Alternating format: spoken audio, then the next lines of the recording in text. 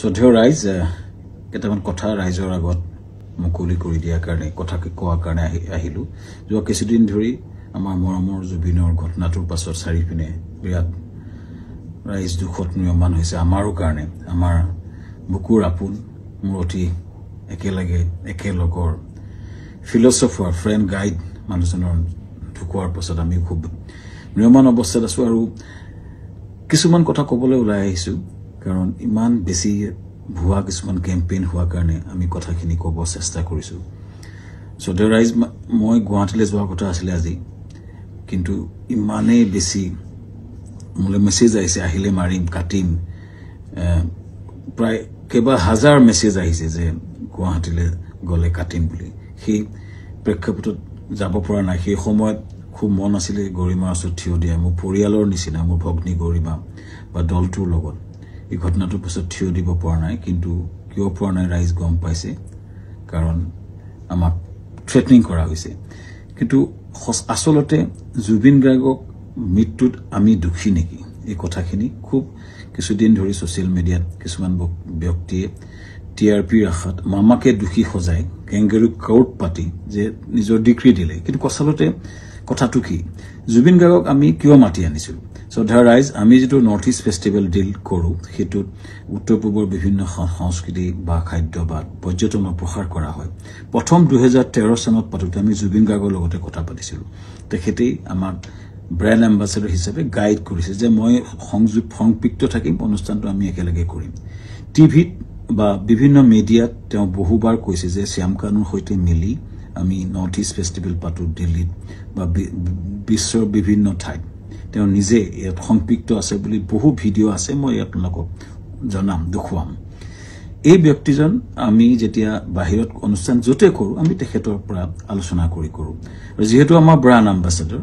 আৰু যেতিয়া আমি বিদেশত কৰিলো দুইবাৰ তেওঁ বেংককত গৈছিলে আৰু এইবাৰো যেতিয়া আমি ছিংগাপুৰত কৰিবলৈ গলো তেখেতক আমি কলো যে ছিংগাপুৰত কৰিব বিচাৰিছো সো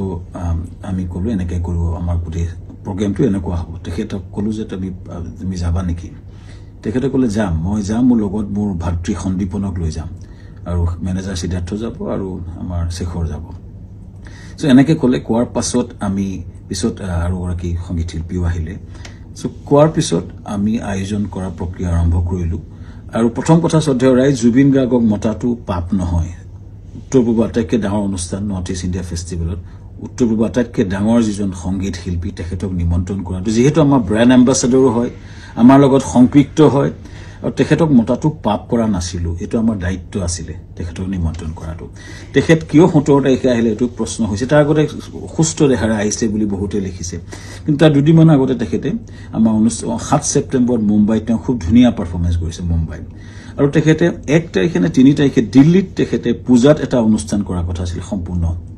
কনসাৰ্ট বা মিউজিক্যাল প্ৰগ্ৰাম কৰাৰ কথা আছিল কেৱটা প্ৰগ্ৰাম তেওঁ লাইন হৈছে তেখেতে প্ৰগ্ৰাম কৰি আছিল সো কটিকে সুস্থ দেহাৰে আমি অনাটো আমাক এটা অতি ভুল দোষাৰোপ কৰা হৈছে তৃতীয় কথাটো হৈছে তেখেতে 17 তাৰিখে এই কাৰণে আহিলে সিদিনা ডাইৰেক্ট ফ্লাইট আহিলে কাৰণ কলিকতা হৈ আহিলে বহুত দীঘলীয়া হয় 19 তাৰিখে আমাৰ অনুষ্ঠান আৰম্ভ হয় সো সেইকাৰণে 17 তাৰিখে গ্ৰুপ ফ্লাইটত তেওঁ আহিছিলে লগতে দলটো আহিছিলে আমি পেন পেচিফিক হোটেলত ৰাখিছিলো আমাৰ যত অনুষ্ঠান হৈছে তাৰ লগতে সানটেকৰ লগতে পেন পেচিফিক এখন 5 ষ্টাৰ হোটেল সকলো দলটো আমি ৰাখিছিলো ভালকৈ ৰখাৰ চেষ্টা কৰিছিলো আমি তেওঁলোকক কথা পাতিছিলো যে তেওঁ কৈছিলে আমি অলপ জিৰণি ল'ম আৰু 19 তাৰিখে তেওঁ আৰম্ভণি অনুষ্ঠানত তেওঁ থাকিব আৰু 20 তাৰিখে তেওঁ দুটামান গান গাব ভূপেন হাজৰিকা এটা ট্ৰিবিউট দিব এইটো আলোচনা আমাৰ হৈছিল পিছৰ 18 তাৰিখে দিনাখন 19 তাৰিখে আমাৰ অনুষ্ঠান আছিল 18 তাৰিখৰ দিনাখন আমি তেখেতক খবৰ কৰিতে শুই আছিল আমাৰ বহুত বিভিন্ন উত্তৰ পূৰ্ব মানুহ আছিল তেওঁৰ লগত তেওঁ ভায়েক আছিল আৰু তেওঁ সিদ্ধাৰ্থ আছিল মেনেজাৰ আৰু দল আছিল 19 তাৰিখৰ দিনা ঘটনাটো ঘটিলে যেতিয়া আমাৰ সেইদিনাখন উত্তৰ পূৰ্বৰ বিভিন্ন মন্ত্ৰী বিষয়াৰ লগত আমাৰ এখন মিটিং চলি আছিল উদ্যমী সকলৰ লগত ছিংগাপুৰৰ মিটিং চলি আছিল যাতে আমি ৰাতিপুৱাই গৈছিলো তেতিয়া এই জাহাজৰ ঘটনাটো কথা মোক সিদ্ধাৰ্থ শৰ্মাই ফোন কৰিছিল 3:30 বজাত আমাৰ মিটিং আৰম্ভ হৈছিল 12:30 বজাত সো 11:30 মানতে মই সাংগ্ৰিলা হোটেলত গৈছিলো আৰু তাত 3:30 মান বজাত আমি গম পাইছিলো যে এনেকুৱা ঘটনা এটা ঘটিছে সিদ্ধাৰ্থ ফোন কৰিছিল কোড ঘটিছে কেনেকৈ ঘটিছে আমি একো গম পোৱা নাছিলো লগে লগে বহুখিনি তাকে লৈ বহু ফোন আহিছিল কিন্তু মই উত্তৰ দিব পৰা নাছিলো আসলতে ইমান ডাঙৰ ঘটনাটো আমাৰ মৰমৰ বুকুৰ আপোন মানুহজন এনেকুৱা ঘটনা ঘটিছে কথাটো আমাৰ কাৰণে এটা থটমটৰ নিচিনা হ'ল আৰু লগে লগে আমি দুটা ভাষাৰ লগত কথা পাতি তালৈ গলো আৰু ঘটনাটো হ'ল আৰু এই ঘটনাটোৱে সকলোকে মুখৰে মাত নাইকিয়া কৰিলে আৰু গম পাই লগলে আমাৰ অনুষ্ঠানটো বাতিল কৰা বুলি আমাৰ হাই কমিছনে নিজস্বভাৱে ঘোষণা কৰিলে আৰু অনুষ্ঠান তাতে বাতিল কৰা হ'ল তাৰ পিছতো কোনবাই উলিয়াইছে আমি প্ৰগ্ৰাম কৰি আছিলো বুলি কিন্তু আসলতে আমাৰ ভাৰতৰ ৰাষ্ট্ৰদূতে এটো ডিক্লেয়াৰ কৰিছিলে অনুষ্ঠানটো সম্পূৰ্ণ বাতিল কৰা হৈছিল আৰু সেইটো পিছতো আমি টিমটোৰ লগত লাগি কেনেকে আমাৰ পাৰ্থিব শৰীৰটো গুৱাহাটীলৈ পঠাব পাৰি তাৰ লগত মই কাম কৰিছিলো সিদ্ধাৰ্থ লগত আমাৰ মগত আমাকে যাবলৈ দিয়া হৈছিল সিদ্ধাৰ্থ আৰু সন্দীপন শেখৰৰ লগত আৰু তাৰ পিছতে কেম্পেইনটা আৰম্ভ হ'ল আমাৰ বিপক্ষে হেনা মই কৈ আছিলো যে মগলে যাওঁ বুলি কোনবাই হেতু মদ খাবলৈ যাওঁ বুলি এটা কেম্পেইন কৰিলে কোনবাই ক'লে যে শ্যামকান্ত মহন্তক মানে ধৰি হত্যা কৰিব লাগে এনেকুৱা ধৰণৰ কেম্পেইন আৰম্ভ হ'ল আৰু এটা ভয়ানক আমাৰ বিপক্ষে এটা কেম্পেইন শ্ৰদ্ধা ৰাইজ এটাই মই ক'ব খুজিছো যে আমি গোটেই প্ৰক্ৰিয়াটোত কোনো পদ্ধতি জড়িত নাছিলো য'ত ঘটনা ঘটিছিলে তাত 12-13 মান অসমীয়া সমাজৰ লোক আছিলে আৰু বিভিন্ন দলটো আছিলে যেতিয়া ঘটনাটো ঘটিছিল তাৰ বহু দূৰত আমি আছিলো আমাৰ দলটো বহু দূৰত আছিলে সো আমাক দোষাৰোপ কৰি এই প্ৰক্ৰিয়াটো কিয় কৰা হৈছে কেজমান ব্যক্তিয়ে ইচ্ছা কৰি এটা ডাঙৰ কেম্পেইন কৰি পেলাই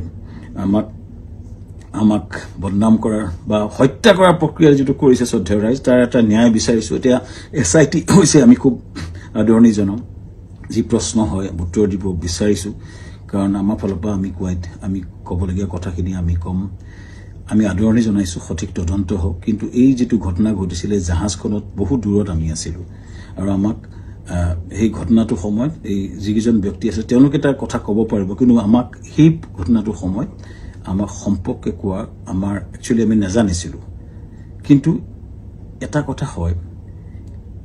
এই যেটো ঘটনা হ'ল এই ঘটনাটো আমাক সম্পূৰ্ণৰূপে বিধ্বস্ত কৰিছে আমাৰ জুবিন গাৰ্গ আমাৰ কাৰণে আছিলে হাহক জুবিন গাৰ্গ আমাৰ আছিলে ব্ৰেণ্ড এম্বাসেডৰ জুবিন গাৰ্গ আমাৰ অনুষ্ঠানটোৰ মূল হৃদপিণ্ড আছিলে হৃদপিণ্ডজন যোৱাৰ পাছত আমাৰ যি অৱস্থা হৈছে গোটেই দলটোৰ আমাৰ গোটেই বিধ্বস্ত অৱস্থা আমাৰ সকলোৰে আৰু ইয়াৰ পাছত যেটো আক্ৰমণ হৈছে আমাৰ পৰিয়ালৰ ওপৰতো আক্ৰমণ হৈছে ফেক ভিডিঅ ওলাইছে ফেক ফোন কল ভাইৰেল হৈছে ইমান জুবিন গাৰ্গে এই অনুষ্ঠানটো নিজৰ বুলি আগুৱাই লৈ গৈছিল তেওঁ অনুষ্ঠানটোৰ গুৰুত্বটো বুজি পেলাই নিজকে আগুৱাই লৈছিল আৰু সেইজন ব্যক্তিৰ স্মৃতিত আমি বহু কৰিবলগীয়া আছে কিবা যদি জীৱনত কৰিব বিচাৰো জুবিনৰ স্মৃতিত নিশ্চিতভাৱে কৰিব বিচাৰিম কিন্তু এই যেটো অন্যায় হৈছে যেটো মিছা অপবাদ দিছে ন্যায় হোক চৰকাৰক বিচাৰিছো ন্যায় হোক আৰু আমিও ন্যায়ালয়ত যাব লাগিব আমাক দেখত আইন বুলি এটা বস্তু আছে যে মিছা অপবাদত আমাক যেটো কৰা হৈছে বা নিজৰ ঘৰলৈ যাব নোৱাৰা অৱস্থা হৈছে আমি নিশ্চিতভাৱে কিছুমান মানুহ উচতনি দি যেটো কৰিছে আমি ন্যায়ালয়ক নিশ্চিতভাৱে ক'ব লাগিব যে আমাক ন্যায় দিয়ক সুৰক্ষা দিয়ক আৰু ৰাইজৰ পৰা ন্যায় বিচাৰিছো চৰকাৰৰ পৰা ন্যায় বিচাৰিছো আৰু জুবিনৰ আমাৰ মহান শিল্পী আমাৰ মৰমৰ বুকুৰ আপোন মানুহজনৰ আত্মাই চিৰ শান্তি পাওক ৰাইজৰ পৰা আশীৰ্বাদ বিচাৰিছো ন্যায় বিচাৰিছো ধন্যবাদ